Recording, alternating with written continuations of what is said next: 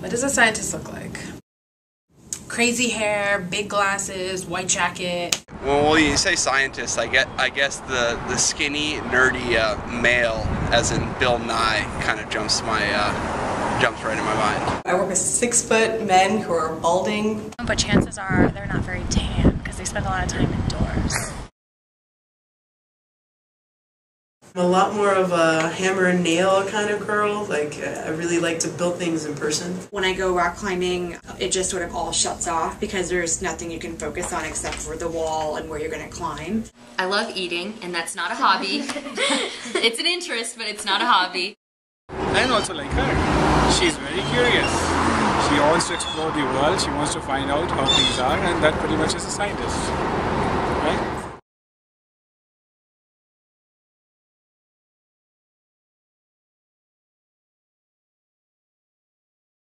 We were founded by women who were concerned about breast cancer and how many people get breast cancer. What do women in science look like?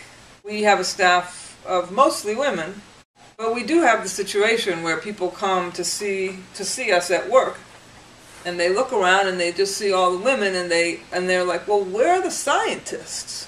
We have to explain that we are the scientists.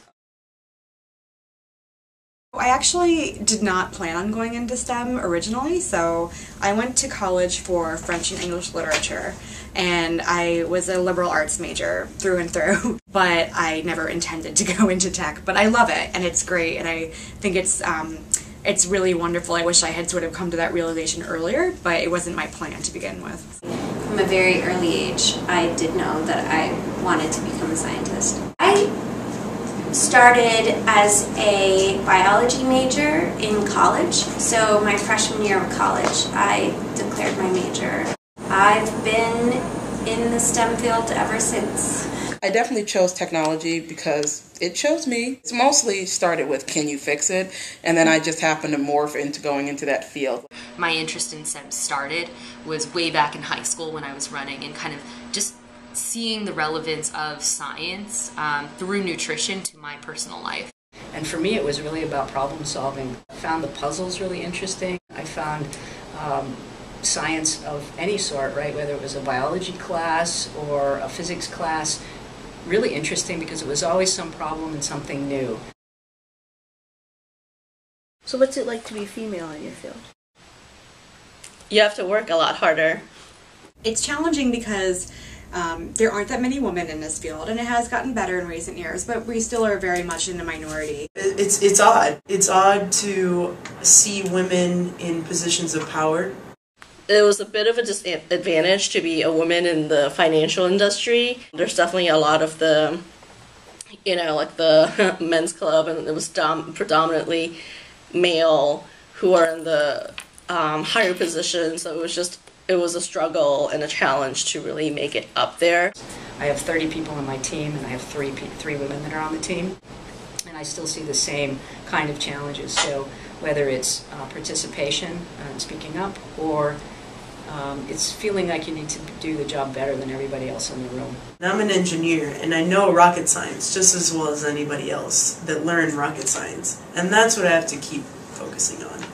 And especially just the STEM field in general, from all four corners, it is not for the faint of heart. You are going to be placed with a lot of challenges, but it's worth it in the end. For me, it's always been about not caring. Giving zero cares whatsoever and going after what I'm interested in.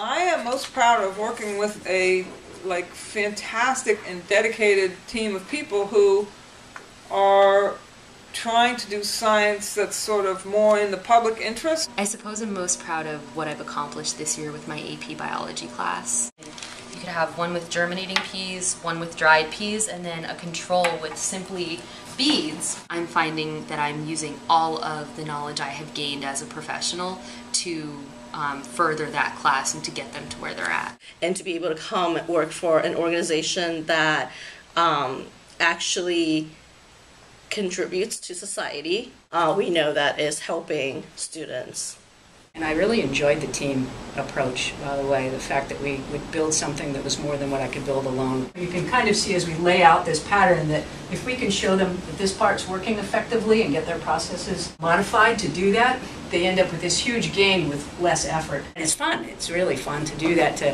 have your ideas mesh with someone else to create something. I actually have skills in the entire process of starting from an idea to eventually actually building something that people can use, like building a whole plane. I think being a woman in STEM can just be an opportunity for a woman to carve her own path. At the end of the day, it's about what value you bring to what you're doing. If you're happy with what you're doing, then it feels less and less like work. You realize you're working, you get paid to be here, you have coworkers, but the journey is what you make of it. Right now, because there are not a lot of women in the STEM field, a lot of employers are looking for women, so there is opportunity.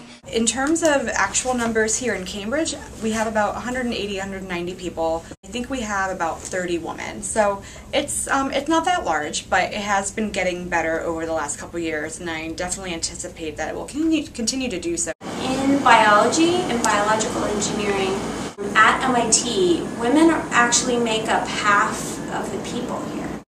18 of my 21 AP students are actually young women. So I think that says something for the potential of ladies in science.